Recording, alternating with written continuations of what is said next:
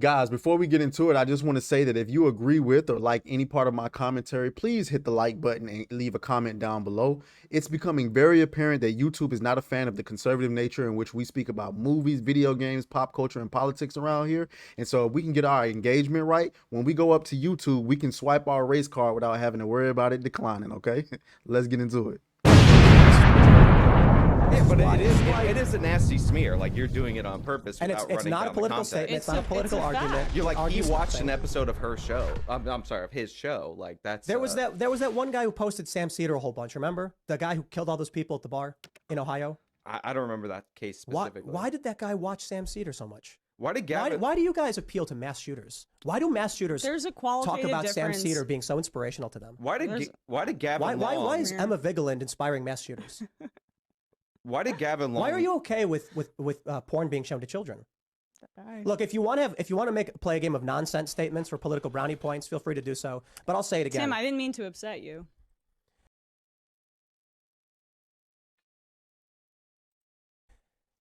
This is exactly why Sam is not welcome on my show.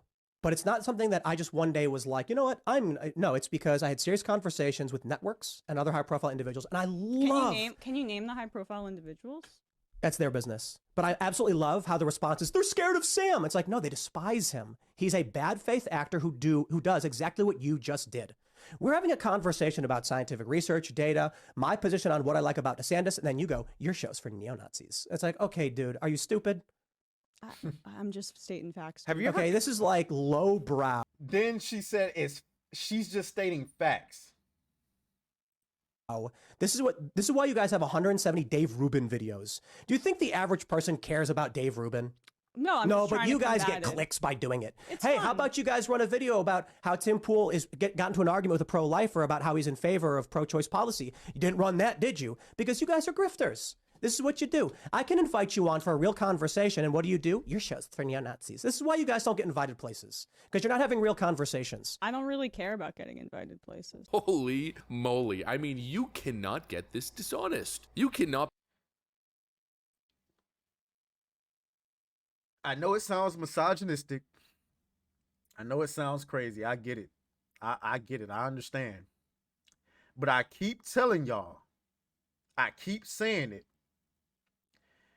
When you're trying to have these conversations that are designed to push our culture forward and make progress, you are risking derailing that conversation when you bring women to the table, because they are uninterested in getting to a solution. We're talking about data, facts, statistics, and all of that. And the first thing that come out your damn mouth is your show is for neo-Nazis. What? It's called, I define it as feminine warfare, ladies and gentlemen. That is the society, and it's not just women who use it. Men use it now, because and just for the TikTok audience and the rumblers who haven't seen me on YouTube, feminine warfare. So let me give you the context. Thousands of years ago, when we had conflict as human beings, you solved conflict in one of two ways. Okay, you either came together, came up with a solution that satisfies both parties involved, and moved on, or you went to war. Those were the only two solutions. Okay? On a small scale, maybe you go to your favorite bar every day, you sit in the same spot, you come in one day, there's some asshole that you never seen before sitting in your spot, you walk up to him and you're like, hey, yo, this is my spot. He's like, oh, well, I don't see your name on the chair or on the seat. Okay. What you gonna do? You got a choice. You either come to an agreement or you fight it out right there. Or on a larger scale, let's say Brian Kemp is the governor of Georgia. Governor DeSantis is the senator of Florida. In Georgia, we practice Christianity. In Florida, they practice I don't know, Buddhism. They practice Buddhism. DeSantis come to Governor Kemp and says, listen, some of your southern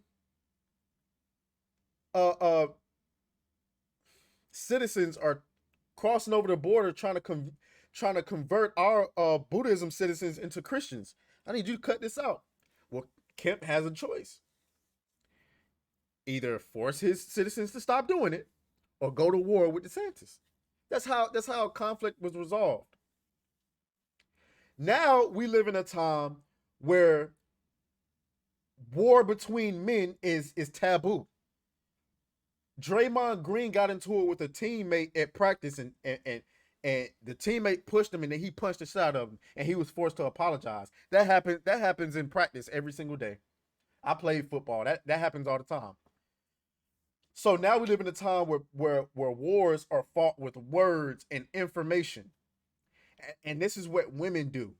When they are losing a logical debate, when they can no longer win with truth and logic, the first thing they will do is throw out a label or a narrative about you to smear your name and your credibility.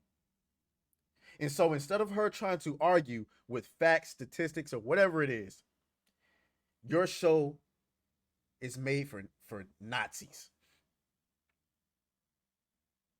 Feminine warfare. Men can do it too. It happens all the time when you're trying to debate in the black community about, stop being victims and try to make something of yourself and whoop-de-whoop-de-whoop. Oh, you cooning. Dudes will straight up call you a coon. That has nothing to do with the argument.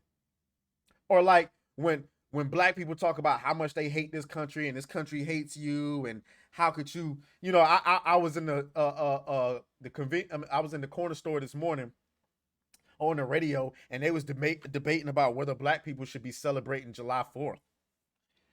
Yo, if you hate this country so much, why don't you leave? Oh, you cooning. You a coon. You a Uncle Tom. Is that not the logical next step? If you hate being somewhere, if a country hates you, wouldn't the next logical step be to leave said country? Or am I tripping? Whatever. Let's go. Hey. Beat that thing down like you started attention, my baby. You had some plans with your man, just tell him to cancel, my baby.